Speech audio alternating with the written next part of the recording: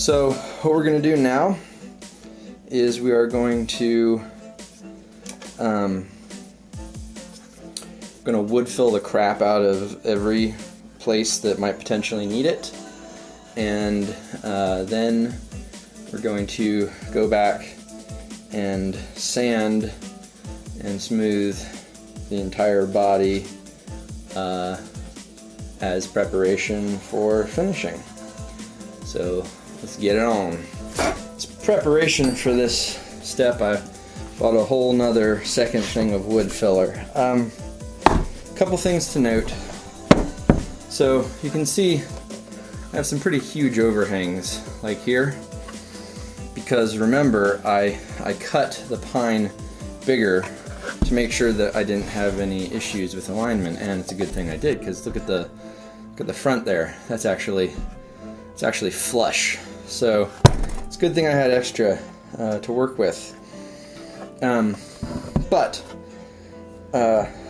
So if I had confidence in my ability to remove those extra pine edges cleanly, I should do that with the jigsaw now, trying to determine whether or not I possess that confidence. Part of me just wants to wood fill all the way along the edge of the plywood and then just sand the crap out of this, because I can remove material a lot more slowly with the sander, with the 60 grit pad, and be a lot more accurate. So yeah, that's what I'm going to do. I may regret it because I have so much more sanding to do, but I don't want to screw things up at this point. Another check. Just going to stick the neck in here. Honestly, mainly just because it's cool to see the thing coming together. There, that's the whole instrument in the frame. Neck pocket feels pretty good. So yeah, I mean, this is rapidly actually becoming an instrument. So, time to wood fill the living crap out of this body. So, and I'm not kidding. I mean, we went to wood fill everything because remember, sander, subtraction, wood fill, addition, subtractive, additive. This is a type of sculpting. We have additive, subtractive. So this is like you use clay, you can add more to make something bigger. And this is like carving out a stone. It only goes away. You can't put it back. Fortunately, we have both, which is very nice because that gives us a lot more room for correcting our mistakes.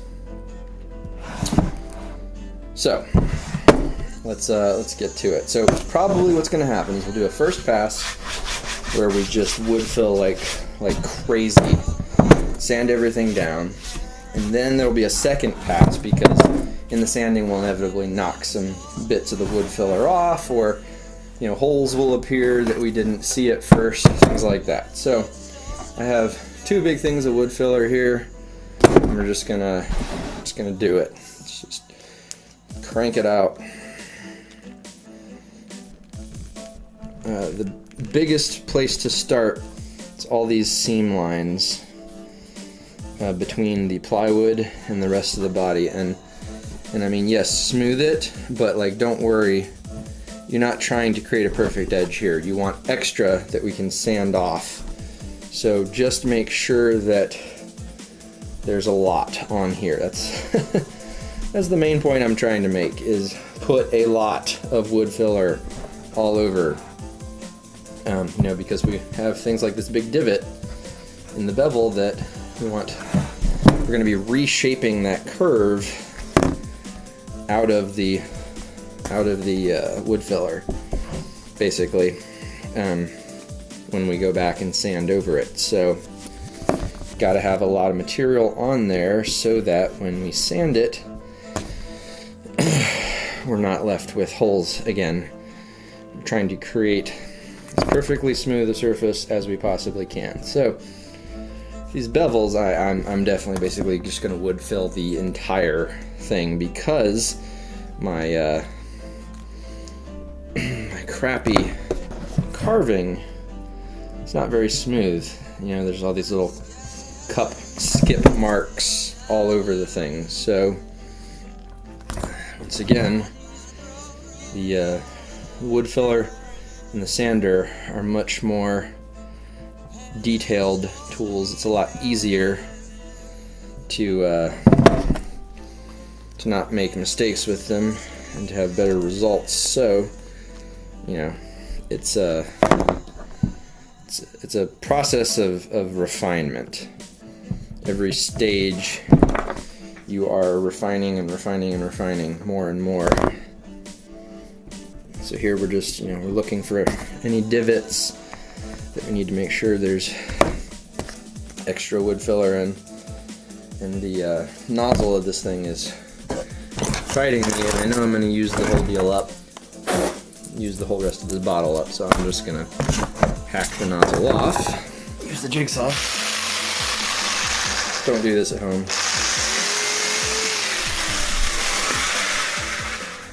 Worked though. You know, I'm all about effectiveness. I'm not here to teach you a bunch of abstract concepts. I'm here to teach you how to actually achieve something. And that's, in my mind, is a lot better than, you know, knowing how to do everything exactly right.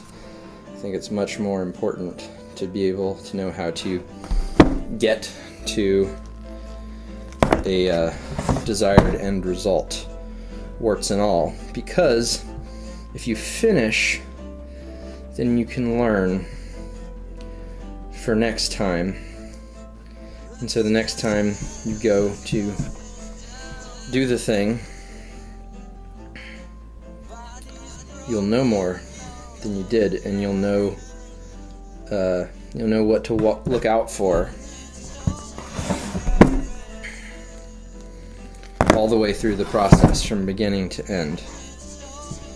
And if instead you just piddle around with early steps in the process, you're never really going to learn anything, because creating something is nothing until you ship it.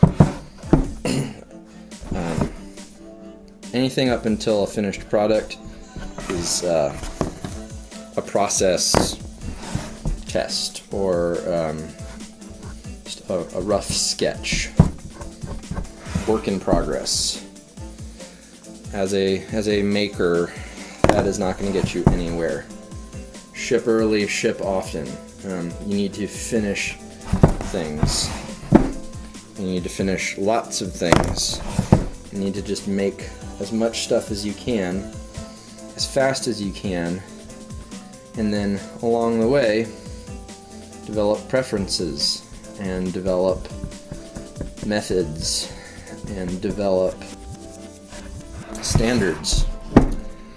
You shouldn't have any standards at first, really. You should do whatever comes out, and just do a lot of it.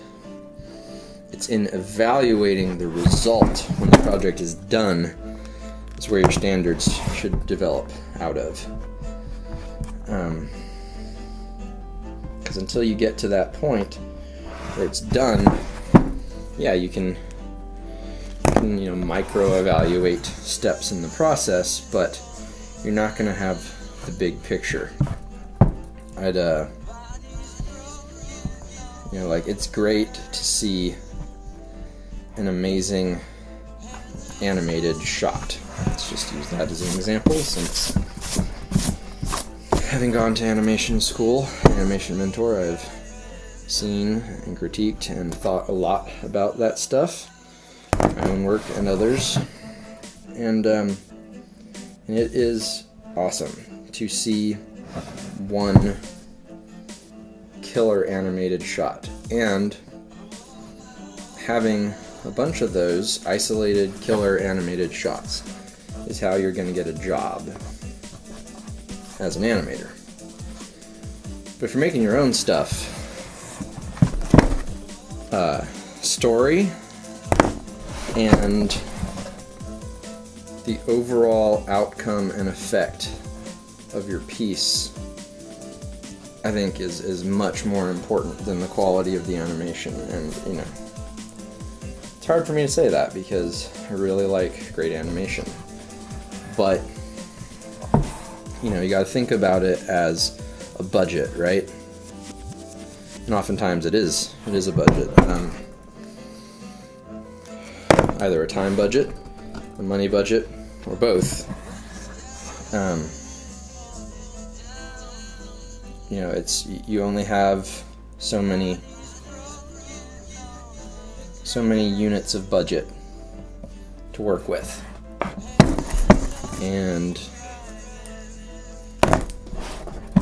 you got to figure out how to divide them. Now, if you are Pixar or Disney, you don't have unlimited time, but you basically have unlimited budget because your resources are not limited. You're not really gonna have to make the decision, story or animation. You know, we only have budget to make one of those good. But if you're making your own, animated short, you do have to make those decisions. And I watch a lot of animated short films, and you know, like I said, this is difficult for me to say because for me, I load up an animated short film, and there's always that period of time right in the beginning where, you know, they're always going to wow you out of the gate with modeling, materials, lighting. You know, pretty much everybody puts something real pretty up front. But then for me, you got two gut check moments. It's the first time you see any kind of substantial animation, so just anything moving, and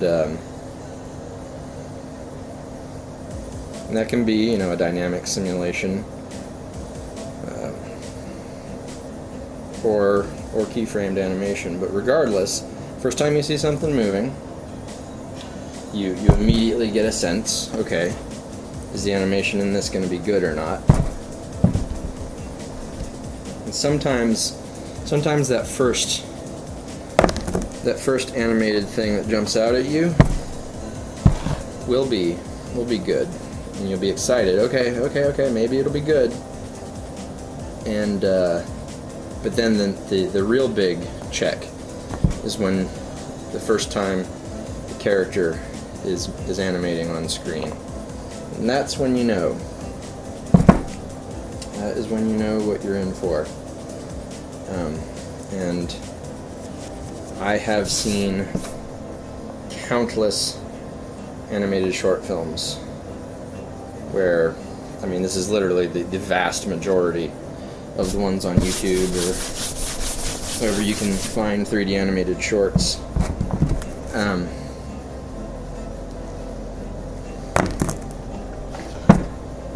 That's where everything falls apart.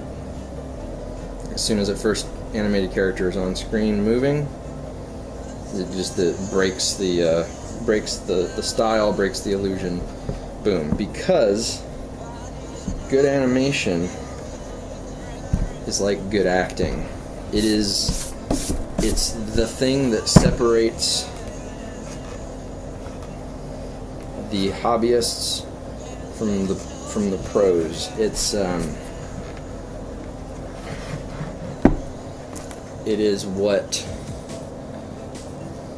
what tells you if, and yes, texturing, lighting, all that stuff is important, but animation as a medium is fundamentally about movement. It's fundamentally about character and story. And what often happens is the people who are involved in making a 3D short film It's either one person doing it all themselves, and they're a generalist, and they have no actual animation training, or oftentimes it's approached more as a technical exercise. Because with 3D animation, there is this idea like, oh well, you don't have to be an artist, you don't have to be able to draw to make 3D animation, and that is true. If I had to hand draw animation, if 2D was the only option, I could not animate.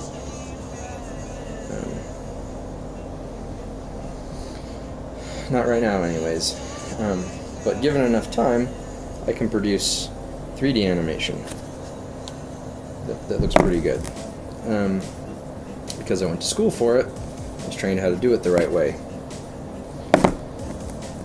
But it takes a ridiculous amount of time, honestly. And yes, the other disciplines take time too. Texturing, lighting, modeling, all that stuff. But it seems like people are more readily able to teach themselves those things to get passable results. And I'm just saying, if we're looking at the big picture of a 3D animated short film, I feel like, yes. So if the materials dev isn't perfect, if the lighting is bad, yes, that's all going to ruin it for sure. But it seems like hobbyists and students and stuff are able to more intuitively figure that stuff out. And the animation is the thing that escapes most people. And I say this as someone who, I learned, 3D generalist stuff in undergrad, and I was working on in an animated short as a senior project. But I knew just enough about animation to know that there was a chasm between what I was able to do and what I saw in professional 3D animated work. And like I said, it's like acting. You can have great short films that otherwise great short films that are just ruined by bad acting. And just like how 3D animated shorts, just like the animation is the linchpin that is usually not there. In live action shorts, it's the acting that's it's just not there. It's just not at the level of everything else, and once again, you can get drawn in by a pretty visual on the front side of the short film, and then as soon as somebody opens their mouth or pantomimes or has a facial expression or whatever, and it feels off, you're done. That's it. If I'm watching it critically, if I'm evaluating that, contest or potential employment situation, whatever, like, yes, you can look past it depending on the situation and say, okay, well, but this, and this were good, but as a piece of entertainment, that is what ruins it. That's what ruins short films 99% of the time. It's bad acting. Because acting and animation are both like, they are the things that if they're right, you can forgive a multitude of other sins. I mean, like if you had a short film with great acting and a great story, yeah, let's expand that story. But you have to include how that story is delivered, which is the acting. You can't just have a theoretically great story. Story is about delivery, because every medium, every artistic medium has delivery considerations. In writing, it can be tone, voice, word use, description, all this different stuff that ultimately determines if it's believable, if it feels professional, if it's entertaining, if it sucks you in. And there's just no way around it. Like that is some kind of law where if the craft is not there, it kicks you out as a viewer. Like I said, I'm probably biased, but for me, if the acting was great, I would watch a YouTube 360p shot on NTSC DV short film. If the acting and the story are compelling and good, yeah, I'd watch that. But in this day where technology seems to reign and come first for most filmmakers, both animated and live action, it seems like this is just it's so much easier to find people who are good at the technical stuff than the important stuff. It's like local bands having a singer who's not that great. Totally normal. That's just par for the course. But honestly, that singer they're the linchpin. They're the front person. They communicate the story. They're the ones you engage with as a listener. And so if they're not up to par, the rest of the band can be great. Doesn't matter, it still ruins the whole thing. And acting for live action and animation for animated film, those are the things that are like that singer, like that front person.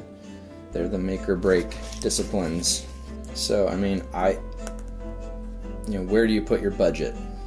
Where do you put your budget when you're when you're creating something? Well, after having said all that about animation, I still think that story is king. If you have a compelling, interesting story, I think you can get away with having kind of bad animation. Not horrible, but if you have to divert resources from the animation to make the story and the overall presentation of the short film better, then yeah, I'd make that trade. And then second is animation. If your story's solid and you got budget, time or otherwise, put it into the animation. And lighting, texturing, all that stuff, well, you can find ways to stylistically minimize that. You can put your character on a plain white background. If the story is solid, that's still going to work. If the story and animation are good or solid, then yeah, plain white background, that'll do the job. You know, this oh, we have to match the look of Disney, Pixar, or whatever. No. Stylistically, that requires their resources to pull that off. And so I say story first, animation second, and then everything else only as there is room, only as there is budget. And so I have some animated short film projects coming up once we get settled in wherever it is we're moving to internationally. And that's how I'm going to approach it. Story first, animation if I have time, and then everything else is it's just if there's excess time, resources, patience, etc. Alright, so this body is all wood filled up. I'm going to go wash the junk out of my hands and see you when it's dry.